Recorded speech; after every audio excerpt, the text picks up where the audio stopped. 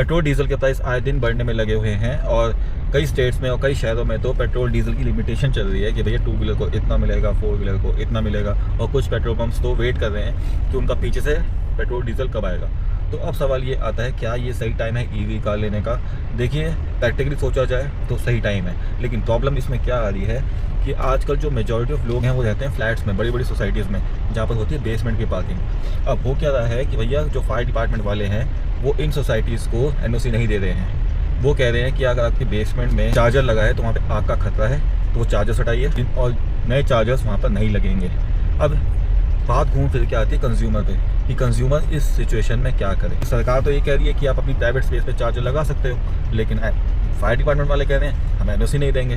तो अब घूम फिर के बात तो कंज्यूमर पे आ गई है कि अब कंज्यूमर क्या करे। एक तरफ ये है कि पेट्रोल डीजल की किल्लत चल रही है और उसका कोई ऑल्टरनेटिव भी नहीं है इंडिया के पास, और जो ऑल्टरनेटिव असली वाला है इलेक्ट्रिसिटी का, क्योंकि हम इलेक्ट्रिसिटी तो चलो यार सोलर पैनल से भी जनरेट कर सकते हैं, खुद के सोलर पैनल लगा सकते हैं घर पे, चीज़ें तब भी नॉर्मल हो सकती हैं खुद के लिए अगर गाड़ी वाड़ी आपको चलानी है तो। लेकिन ऐसे में कोई सोसाइटी में रहता है जहाँ पे बहुत सारे फ्लैट्स हैं, अंडरग्राउंड में उसकी पार्किंग है, तो वो चार्ज कैसे करें? फिर गवर्नमेंट कहेगी कि भैया आ जाओ, आप बाहर से चार्ज कर लो गाड़ी और उसके एक्स्ट्रा पैसे दो। लेकिन फिर वही बात आ गई, जेब ढीली तो हमें कंज्यूमर को करनी पड़ेगी ना।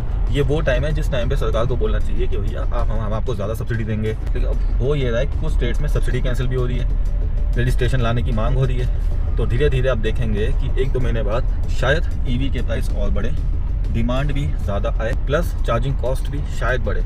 और अगर आपके घर में चार्जर नहीं है या आप ऐसी सोसाइटी में रहते हो, तब आपको तैयार रहना है कि भाई ईवी कहाँ ले रहे हो, तो शायद आपको चार्जिंग भी प्राइवेट ही यूज़ करने पड़े बाहर से।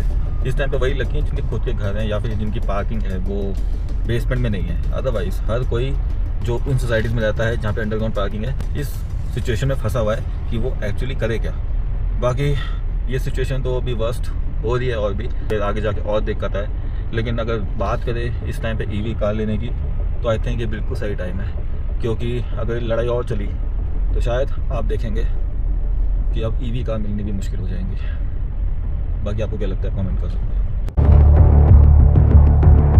पेट्रोल डीजल के प्राइस आए दिन बढ़ने में लगे हुए हैं और कई स्टेट्स में और कई शहरों में तो पेट्रोल डीजल की लिमिटेशन चल रही है कि भैया 2 व्हीलर को इतना मिलेगा, 4 व्हीलर को इतना मिलेगा। और कुछ पेट्रोल पंप्स तो वेट कर रहे हैं कि उनका पीछे से पेट्रोल डीजल कब आएगा।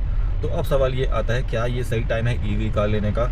देखिए, प्रैक्टिकली सोचा जाए तो सही टाइम है, लेकिन प्रॉब्लम इसमें क्या आ रही है कि आजकल जो मेजॉरिटी ऑफ लोग हैं वो रहते हैं फ्लैट्स में, बड़ी बड़ी सोसाइटीज़ में, जहाँ पर होती है बेसमेंट की पार्किंग। अब हो क्या रहा है कि भैया जो फायर डिपार्टमेंट वाले हैं वो इन सोसाइटीज़ को एनओसी नहीं दे रहे हैं। वो कह रहे हैं कि